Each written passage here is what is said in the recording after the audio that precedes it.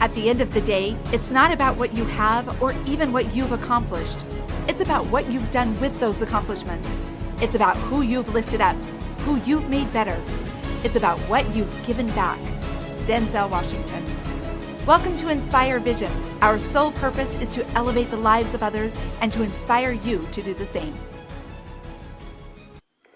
Christian, welcome to the show. How are you? Hey Doug, thanks so much for having me. I'm doing great. How about you? Good. I'm doing fine. It's a little warm here. It's about 105 degrees outside, so it gets Wow. really hot. And I have to turn off the air conditioner in the room because otherwise it would be hissing for this whole interview. So anyway, I'm doing great though.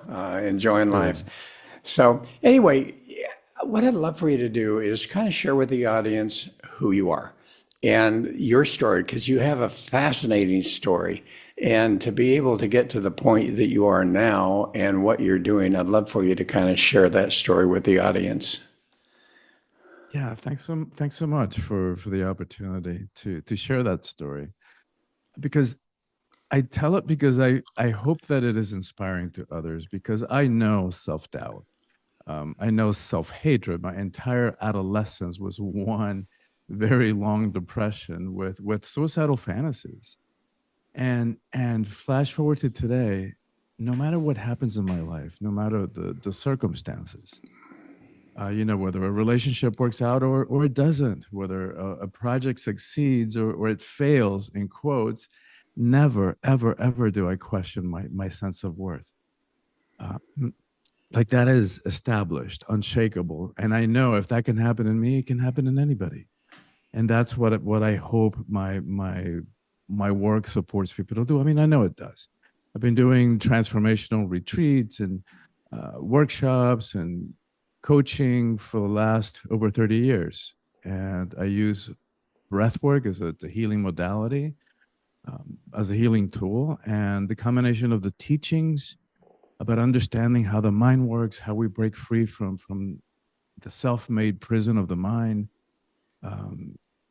It's a lot. It really makes a difference in people's lives, and we all have that right, that desire, that longing to be happy, to have relationships that have a chance of working, to have a sense of meaning, of purpose in our lives, and that's what my work is intended and designed to do.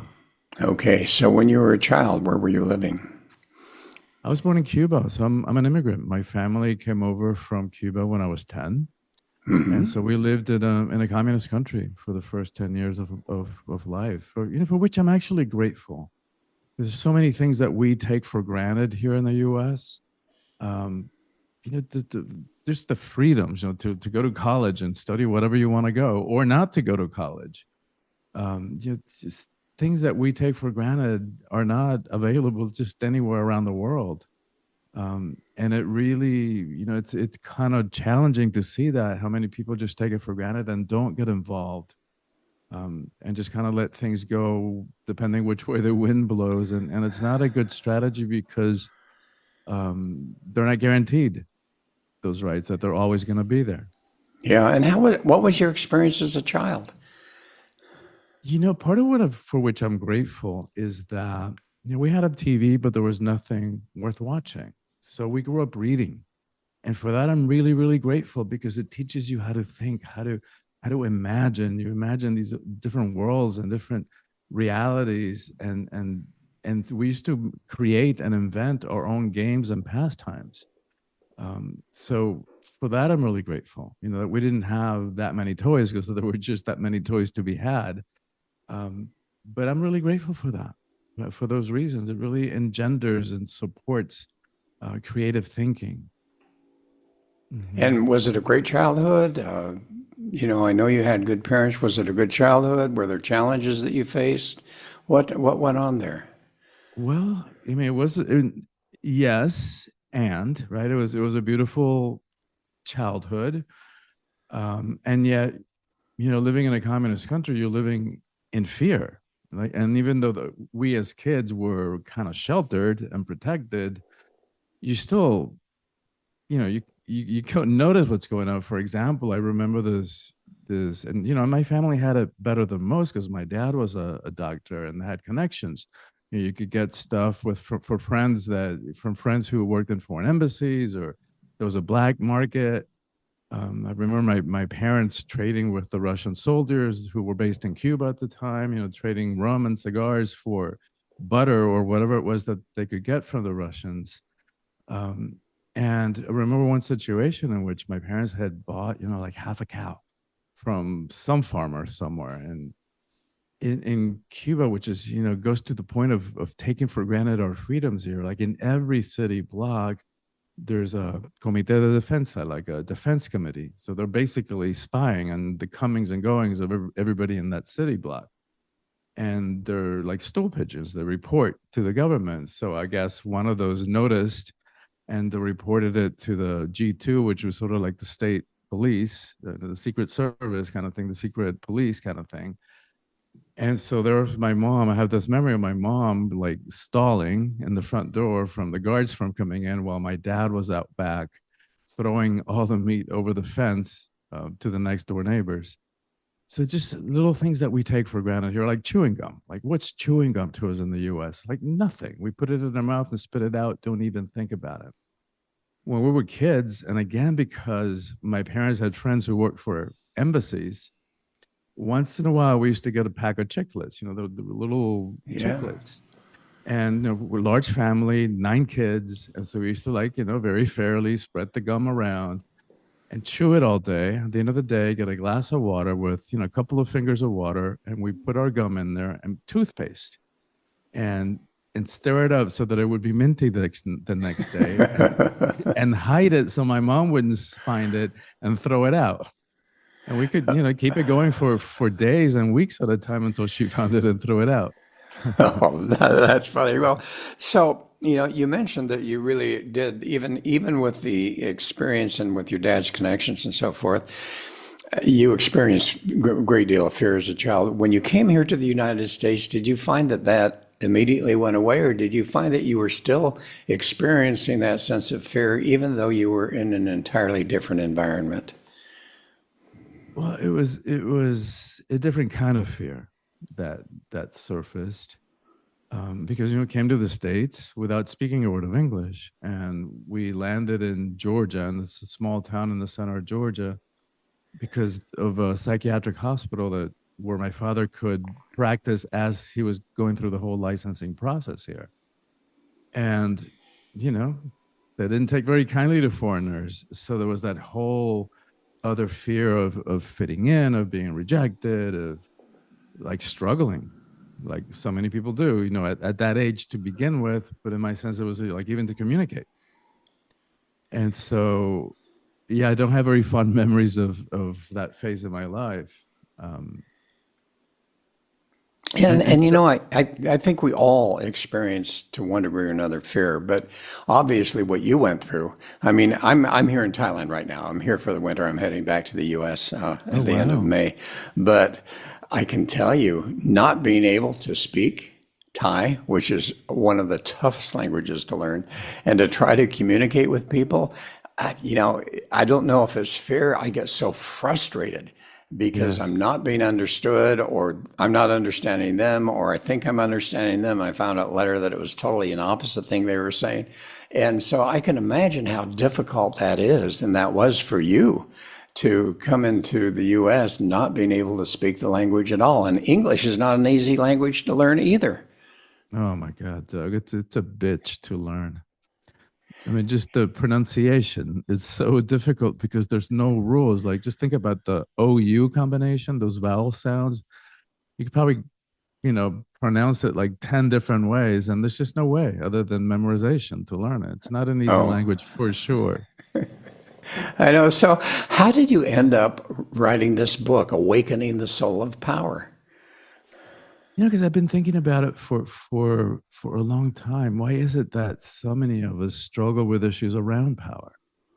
Um, and why is it that we give our power away? You know, like why do we say yes when inside we really feel no, like it's not okay with us?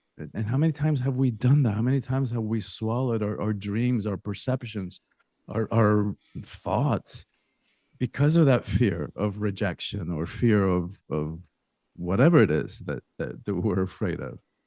Well, And and so what what's your definition of power? Let's stop for a minute, and for the audience, your definition of power, because people, as you know, as we're talking about it, we all have this different perception, and when we hear the word power, people are going to think different things based on their experiences. So, with the yeah. book Awakening the Soul of Power, what is your definition of power? Yes, and that's a beautiful question. Thanks for clarifying that, because I'm talking about personal power. Our potential to be all of who we are. Power also comes is our ability to do. Like, words like poder or pouvoir in French mean not only power, but they also mean the ability to do. So it comes to the same root of potential. And so to me, power is agency, is being able to be who we are fully, no matter what, and to express that in the world. And so, so many of us are so confused about that word power. So and there's so much conditioning about it, right? With quotes like "power corrupts," and absolute power corrupts absolutely. So no wonder we have an ambivalent relationship to it. Part of us wants it, part of us is afraid of it. And what they didn't tell us about that quote is that Lord Acton was speaking specifically about political power, not the Yeah. personal power that we're talking about here. And then we also fear that we might abuse it. And no wonder, like, how many abuses of power have each of us witnessed throughout our lives? And so when you put all that into the mix, what happens is that we end up giving our power away because we have that conflicted relationship with it.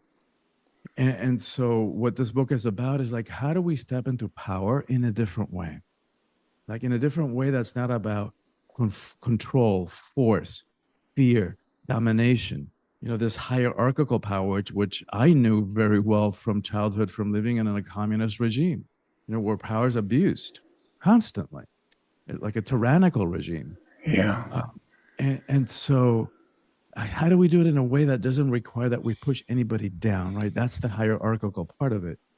If I have to, if the only way that I'm going to feel power is by pushing you down, I'm putting my knee to your neck, and that's the way that we have seen it and witnessed it, and no wonder we have an ambivalent, confused relationship about it. So how do we do it in a different way that your power doesn't threaten me? Like, if I'm in my power, why would I be threatened by you being in your power? It's like I can handle whatever comes my way. And Yeah. so it's a different way that is more horizontal. It's about power with rather than power over.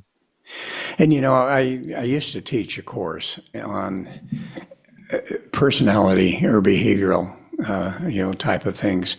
And the model that I followed was one where we literally have three different types of personality. We have that innate personality of who we really are, who we came here and were born as, which has a lot to do with our DNA and all of that. But then we have that social power, or that social personality. And in that social Mm. personality, there are two options. Either we are at the effect of all of those subconscious imprints or the surroundings around us or whatever is going on, and therefore we have to act and be as we're expected to be, or Mm. we have the ability to control. And if I'm going to a particular event, I can behave in a way that's appropriate for that, and then go to a different one and behave that way. But I'm choosing to do that. And then obviously there's the third one, which basically is how we really are coming across in this world. But what I find is when we get to that second one, which is the social personality, it really reminds me of people talking about how they never have been able to speak their voice, their Mm. true voice. And from what you're talking about with power, what comes to my mind is the power to be who we really are. Exactly. Exactly. To be authentically ourselves in whatever situation, because we're so conditioned and we interpret what we think other people's expectations are of us. Because a lot of it, we're just making it up in our own heads. And so we show up this way at work, we're this other way with our parents, this other way with our kids, this other way with our friends, this other way with our partners or spouses. And it's exhausting. Like what we're talking about is like, I love the way you speak about it, because we just get to be who we are wherever we are.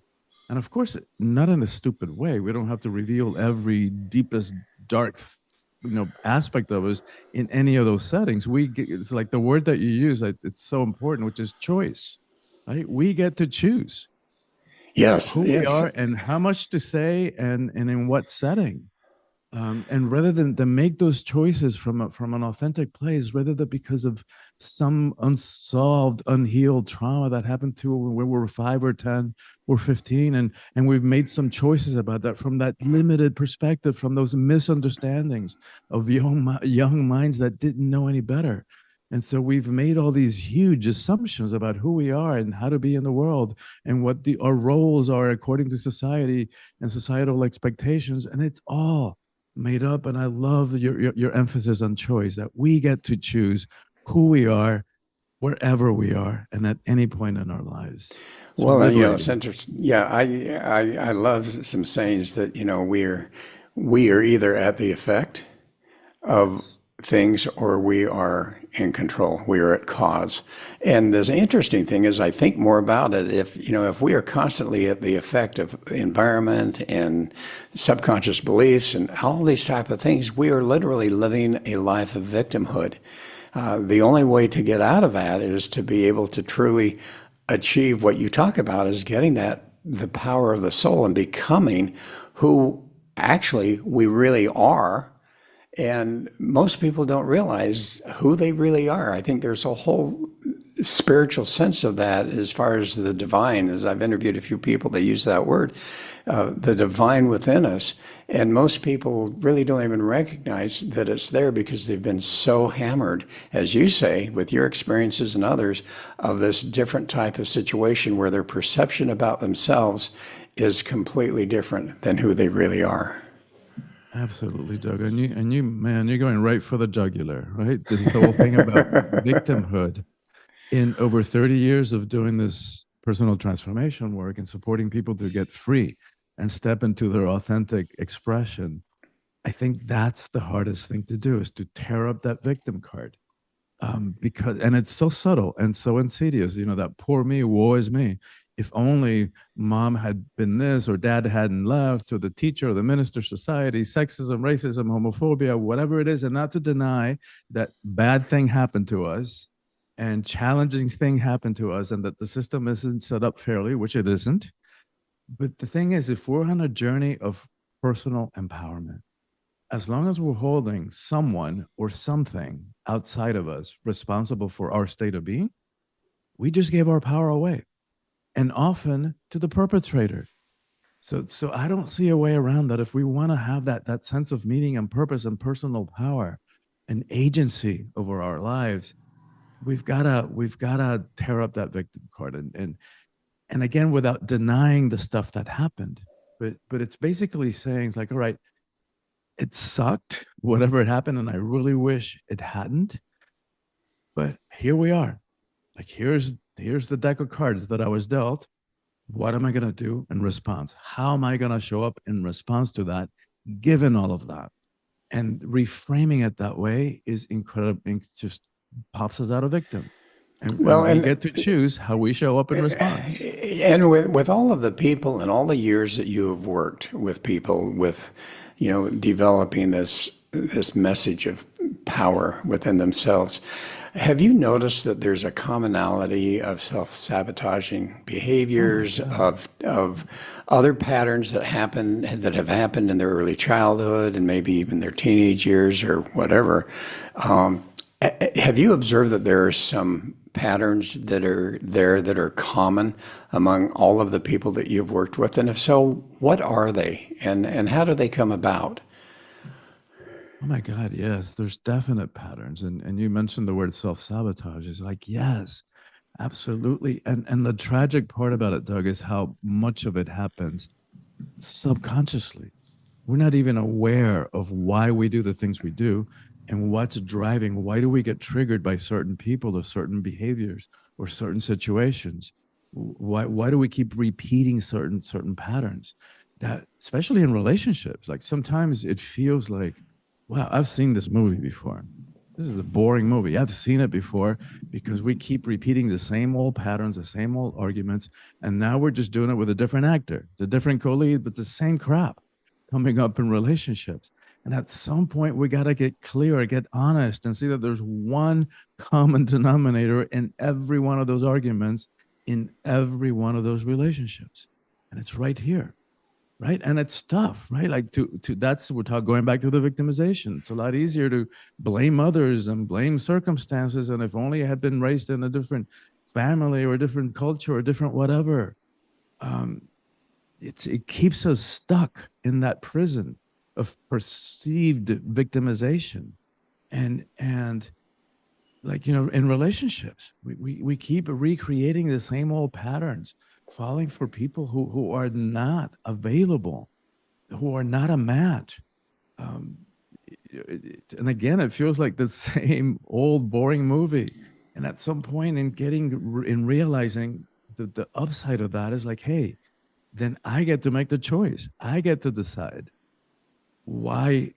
In becoming more conscious of realizing why we do the things we do, we can bring choice back into the equation. And that opens up the possibility for freedom and for personal empowerment. And So how do you help people? How do you help your clients to, number one, become aware that what they are experiencing is merely a culmination of all of those subconscious or conscious experiences that have created their life, and literally that they are attracting the very experiences that many times they're trying to get away from. And yet, because all of this stuff is just buried there in the subconscious, they keep attracting it. But how do you help people to become aware of that? Number one, I'm going to ask you a couple questions. Number one, how do they become aware of that honestly? And then number two, how do you help them to take that personal responsibility to say, you know what, this happened to me, and that was totally out of my control. It happened to me, this event, but I can take the responsibility to perceive it in two different ways: as a victim or as an experience that is teaching me something that will help me to be better in life or help me to help others in a better way. Yes, and that's precisely the shift in perception right there. Like you just showed us. But how do you do it? How do you help your clients, number one, to become aware, and then number two, to take that personal responsibility? Because it's not easy. No, it's nothing less than heroic. Now that I frame all this as a heroic journey, as a hero's journey, and I don't use that word lightly, right? Coursing through life and feeling at the effect of feeling like we're buffeted by life's ups and downs and curveballs. Anybody can do that. React when somebody hurts us, splatter somebody against the wall when somebody did something that we interpreted as painful. Anybody can do that. To take a pause and to go, ouch, that hurt. How do I want to respond? To have the presence to choose. It's a journey and nothing less than heroic. And it begins with, well, how do we do it? Begins with awareness. It begins with awareness. Right? We can't do anything about what we can't see. So we've got to begin to develop self-awareness or processing practices so that we begin to understand these patterns and our triggers and why we do the things we do. One thing that I always begin with in my workshops and my retreats is understanding, like teaching people to understand what the ego mind is. Because if we want to have a relationship, our relationships to have a chance of working, if we want to have that sense of meaning, of empowerment, we've got to understand that, because it's our greatest sabotager and saboteur. And so we don't have time to get into it. It's a long conversation, but here's a great visual that helps us understand. If you put a baseball in the center of a stadium, that's what the ego is, right? The ego means I in Latin. It's that sense of I-ness. This is Christian. That's Doug, right? That's our sense of individual personality, separate identity. And so that's the baseball. That's our sense of I-ness. Who we are is actually the stadium. And we've allowed this tiny, tiny, tiny part of who we are to think that it is all of who we are, and to make some really important, significant, consequential choices about what we do with our lives, what kind of relationships we say yes to, what kind of opportunities we participate with. We make all those choices from it's very small tiny, limited, and always fear-based perspective. So that's step one. And then I have a whole set of teachings that go with that. A whole set of teachings that go about how to do relationships consciously, so that again we're not at, like you say, at the effect of these subconscious Yeah. patterns that have And been ruling and we'll get and into that. governing us. I want to get into that a bit more, but I want to talk about the ego because I think that's something that most people don't understand. It's fascinating as I've been here for the winter. And so, my curiosity has caused me always to study different things. So I've really been fascinated by Buddhism. And as I've tried to understand it a little bit more, there were items that they talk about that I just could not figure out in my mind. And one of those was to understand you're not self. And as I've heard that, and I'm thinking, how do you do that? How do you do that? And all of a sudden, you talking about it, I've had a few other people talking about it, talking about the ego and how our ego literally controls our lives and not in a Yes. good way. And now I finally go, aha, that was that aha Yes. moment that is like, Exactly. what he's talking about is get rid of the ego That's and it. don't let it control you. Because literally, that ego is the one that seeks for riches. It seeks for this. It wants this. It wants that. And as we keep wanting all of those things, it causes us to behaviors and so forth that are not necessarily who we are. But we feel like that's going to prove to people who we are, when in fact that's not really who we are. But the ego is telling us that's what we need to do. Yes. How do you find you help people to break that, as you call it, that self-imposed prison of limitations, that ego? How do they learn to break that pattern so that they are literally not being controlled by their ego? Yeah, and it's a journey, right? It's a heroic journey. It's nothing less than that. And so part of it begins with understanding. Like, right, what is the ego? How does it work? Where does it show up in my life? Beginning to see it in each other, right? We start seeing it in each over there first because that's easier to see. That's harder to see in ourselves, and our self-defeating patterns and all of that. That's all the realm of the ego. Our reactivity, which is what gets us into trouble, right? Somebody says something, we interpret it as hurt, which is also through the filter of the egos and all its past unresolved hurts. And so we have this false sense of self, and and and which is also impacted by conditioning and societal roles and all those definitions and limitations. And so we have this false sense of self, and we're coming from that. So part of the process of freeing ourselves, it's got to start with understanding. Like, how does it work? So I've got a whole set of teachings which are really helpful about understanding the ego and how it works. And because we react and then we regret, right? That's like the adrenaline takes over. We say something that hurts somebody back, and then the adrenaline dissipates. It's like, oh my God, I can't believe I said that. It gets us into trouble. It harms our relationships, and it doesn't get us what we want. So it begins with understanding, and then I bring in a healing modality, which is the breath work that I started to talk about earlier. Which, my dad, as I said, was a psychiatrist. I studied psychology. I was on a track to get a PhD in psychology until I discovered breath work 33 years ago, and it changed my life. Like, after one session, Doug, I knew I had to do it again, and I knew that I had to make it available to others. And with all due respect to psychotherapy, in the right hands, with clear goals, it can be incredibly supporting and life changing. And we all know that you can sit on somebody's couch or in somebody's office for 5, 10, 20, 30 years at a time, rehashing the same old crap, and nothing happens. And why is that? Right? Because the trauma no longer lives up here in the mind. It's been somaticized and now lives in the body. So talking about it is not really going to get to it, right? So we've got to find modalities like breath work that bypass the mind and go to where the source of the trauma live, and clear it and heal it. And it's incredibly effective. And it's hard to believe. I know that just from breathing, so much healing can happen, and provide these moments of non-self that you're talking about. We helps us pop out of the limitation of the baseball into perceptions of the stadium or true nature. But I can't argue with the results. It works.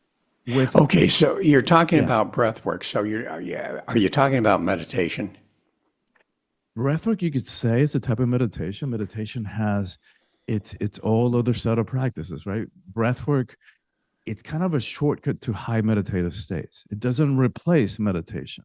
It's a lot to be said, for that practice of, even if it's 10 minutes a day, three times a week. You do that, and even start with 5 minutes a day, right? It's just observing ourselves, observing our breath, observing, counting to tens, like placing our gaze on the candle. There's a lot of different types of meditation that are taught to focus the mind and to increase self-awareness. So there's a lot of benefits for those. Breath work is something else, right? And again, breath work is a large umbrella term. A lot of breathing practices. Anybody who's gone to a yoga class has done breath work. The one that I'm talking about is longer. It's like kind of breath work on steroids. You breathe in a certain way, in a circular, connected way for about an hour and a half, and amazing things happen. Amazing Okay. things happen. So I'm fascinated by meditation, but I'm also fascinated by breath work. And I've not really ever understood it. And as you say, there are all sorts of different things that they talk about breath work, whether it's yoga on the mat or whatever. So the breath work that you're talking about, could you get a little bit more detailed here, if you don't mind, and really explain to the audience, what are you talking about? This type of breath work, how do I experience it? What do I do in order to experience the breath work, and how do I do it in a way that I can sit there for an hour and do that and experience what you're talking about? Yeah, well, this particular type of breath work, I wouldn't recommend that initially people try it on their own, because it's really powerful. I mean, Okay. I've had people and really profound stuff gets healed, right? But part of the way that it works is like what used to be spiritual teaching, that everything is energy. Now we know from quantum physics that it's true. Even what seems Right. solid, this chair that I'm sitting on, my body, it feels solid, but it's not. It's vibration. And we know from physics that energy cannot be destroyed. For all the hundreds and maybe thousands of times that we have swallowed our emotions, right? That we haven't given them voice because we didn't feel safe saying how we felt. That stuff doesn't go away, right? Because energy cannot be destroyed. Emotions are energy too, right? So they get stuck in the tissues of our body. And after years and decades and a lifetime of suppressing our emotions, we walk around with layers and layers and more layers of suppressed emotional crap and unhealed past trauma, stuff that we never worked through. And we try to sweep under the rug. And again, that stuff doesn't go away if we don't work with it, if we don't heal it. And so Right. here we are trying to have a relationship and in the present, and it's all getting filtered through that lifetime of suppressed emotions and unhealed past trauma. Yikes. Because we then start projecting all that stuff on each other. And it's not that, no wonder, our relationships most of the time don't work. We haven't been taught how to hold them. We haven't been taught how to approach them. And we certainly haven't been taught how to heal ourselves from this bag of unresolved emotional crap that we walk around with. And so the beauty of breath work is that it clears that. And because we're healing stuff from our past, sometimes stuff comes up. I've had countless people work through and sometimes remember like stuff like sexual trauma, sexual abuse. And so it's good to have somebody who's holding space with you, who space for you, who can help create that safe environment in which that stuff can come up. But I wouldn't recommend initially trying it on your own. So to work, do the first 5 sessions, the first 10 with a trained professional, then you can be taught how to do it on your own. Okay. And So, not that the and it's technique different. isn't, yeah, it's not a difficult technique. It's just a way of breathing. The technical part of it is easy, but it's creating the safe environment so that that stuff can come up from where it's been suppressed in the subconscious into the conscious so that it can be cleared. And like we were talking about earlier, so that we're not making choices because of our unhealed past and unexamined fears, so that we can make these choices from a place of consciousness and presence and freedom, not because of our unhealed pasts. So, have you found, I do a lot of meditation. In fact, practically every morning, I will do some walking meditation and listen to different frequencies and, go through that whole process. And oftentimes, part of that guided meditation, some of them which I do, there is that focus on the breath and so on and so forth. So, it sounds to me almost like what you're saying is, there's that probably you go from elementary school to middle school to high school to college, and you're reaching that level of college, but then there's that PhD. There's that advanced degree where you are now reaching this level, which, obviously you can't go from high school into a PhD program. But what you're saying, if I'm understanding you correctly, is the methodology that you teach on the breath, number one, really does need some guidance and someone there to be with you. But secondarily, that it is really that highest level of advanced type of, quote, meditation or whatever you want to call it, that for some reason brings forth all of these things and really creates the healing that needs to heal. There's so much science now behind the quantum field, the energy that's there, the meditation to whatever degree people do that, and the healing and literally being able to see the physical changes, the biological changes at the cellular level that are occurring because of that. And what I hear you saying is that your breath methodology is literally putting them up at that PhD level. You know, that's funny, Doug. But I hate to create a hierarchy of meditation or hierarchy of healing practices. Like the sitting meditation, there's amazing stuff that comes from it, right? And even again, if we're going to do it just a few times a week, most of the time for the majority of us, it's going to be boring. Right, it's going to be sitting there watching my thoughts. Oh, and there I go. Then I was suddenly futurizing about the argument that I'm going to have. This is what I'm going to run when I see my colleague. This is what I wish I would have said to her. So rehashing the past and then projecting into the future. This is what I'm going to tell them when I go to the office. Or back to the breath, back to the mantra. Oh, and there it is. Now I'm doing my to-do list or my shopping list or whatever. Back to the mantra. Most of the time it's that. Once in a while we have that moment of no thought and clarity and in profound peace. But the benefit of being willing to do that work of going back to the thought of the mantra is going back to what we started talking about, the self-awareness, right? So when the rubber hits the road and I'm about to go and say something or do something that later I'm going to regret and it's going to go south and it's not going to end well, that's where that meditation practice of self-observation, of watching our thoughts and our emotions, that's where it comes really helpful, because it buys us that moment of grace and that moment of choice that allows us to make a choice rather than just react and regret. So, I mean, that is priceless to be able to do that. And what have you observed with your clients? And you talk a lot about relationships, so let's just talk about that for a short time. What have you observed with some of your clients as they go through this process and go through the breath technique that you're teaching and so forth? What results have you seen, particularly in relationships? Because I think that becomes one of the biggest challenges that we all experience to some degree, and you brought it up a number of times.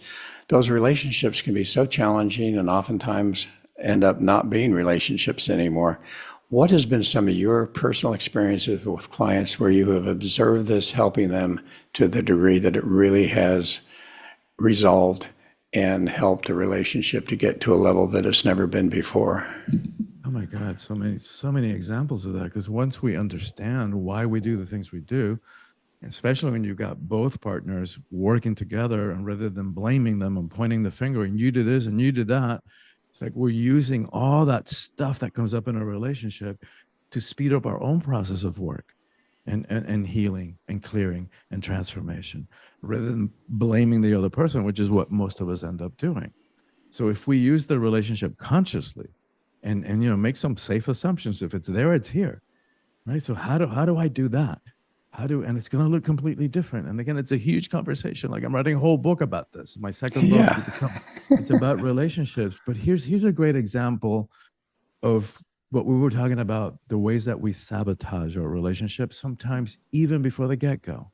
So this is a woman that came to several of my retreats, highly successful, like vice president of a global multinational, and like real vice president, not like, like in banking that you have every bank pres every other person's a Right. vice president. This is like a real vice president. And yet in her personal life, like had never, and this she probably in her middle 50s when she came to me, had never had a relationship. Like, yeah, she dated and yeah, she'd had quasi relationships, but never a real authentic one. Through her work with breath work, she's one of these people that I was talking about who started recovering memories about sexual abuse and started making all these connections. Like she had moved back into the town of her childhood and hadn't realized that she was living down the street, literally like 3 blocks down the street from the perpetrator who had abused her as a child. Wow. And it's like, I mean, that goes to show how much of this is driven subconsciously. And so through her work, like I remember the last session of this last retreat of like, we do multiple breathwork sessions over a weekend retreat. In the last session, she realized that she saw herself in a dark room and realized that she was the one that inside the room, and that she was the one who wasn't let herself out, and that only she could let herself out. And so there was a part of her, because her father had been absent, that she identified this person, her abuser, was also like a father figure. So she didn't want to completely let go of it, right? Because she Wow. had gotten interpreted so much meaning because of that special attention that she got from this man. And so in finally letting herself out and owning all of it, like that was on a Sunday. On Tuesday, she was having lunch with a friend, and the friend goes, "Oh, I don't know why I hadn't thought about this, but you need to meet my friend so-and-so." Within 2 weeks, they had lunch. Long story short, I married them. And they're still in this amazing kick-ass, like relationship that's where they share passion, not only in the bedroom, but outside of the bedroom. And they're using that relationship to help each other grow and fulfill their potential. So how does that work from breathing? I mean, and I know it wasn't just the Yeah. breath work, but it was a combination of all the work that she did with me before leading up to that moment. But that's the kind of freedom and empowerment that's accessible to any of us. Yeah, and it's so miraculous and people don't believe it, and yet it is so true. And I have heard so many stories of that type of emotional healing, physical healing, all of those Yes. type of things that are just amazing. So as we come to a close, what I'd love for you to do is just take a moment and share with the audience, if you just could take all the messages you want to give and pile it into one short message, what would that be? That's a great question. That no matter what happened to us, and that no matter what happens going forward, one thing that we can know for sure is that life is going to continue throwing curveballs our way. And so that no matter what happened and no matter what happens, we get to choose who we are, and that we can break free, and that there is a way that we can step into our personal power and to express all of our potential in a way that is a match for us, and that we all have access to that. That is our divine birthright. Wonderful, wonderful. And so the book, Awakening the Soul of Power, how do people find it? It's available wherever books are sold. You can order it at your local bookstore if you want to support them. It's also available on Amazon.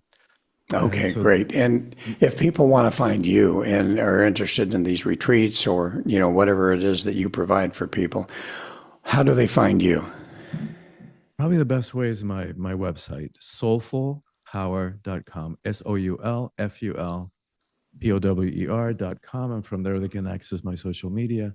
And for your audience, Doug, anybody who comes to soulfulpower.com and gets on my email list, and we know how easy it is to click unsubscribe down the road if it doesn't work for you. But anybody who goes, will send them a sample chapter of the book. And it's a book that talks about what it means to be a hero in the 21st century, right? So going back to that heroic work that you and I have been talking about. We'll send them some a guided meditation that I created in the midst of the pandemic, which talks about how to achieve that place of self acceptance and trust, even in the midst of chaos. And we'll send them some questions, some practices that are designed to integrate the teachings so that they don't stay at the level of information. We don't need more information. We've got information overload. What we need is transformation. And that only comes from taking on and living from, practicing from a set of teachings. And that's what we'll send your audience. Yeah, well, thank you. I love it. And, thanks so much, Christian, for being on the show. This has been enlightening, to say the least. So I really appreciate it. And folks, I hope you're listening, and I hope you'll go and really get to his website, look at the book, look at what he has to offer, because I can tell you that from personal experience, these type of things can be of such great value to your personal development and to ultimately your happiness and joy in your life. So again, Christian, thanks for being on the show.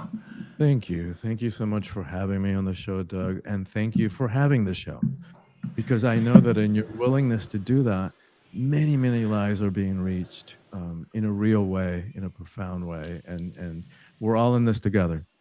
So thank you for being willing to make a difference in so many lives through your work. Thank you. Well, thank you.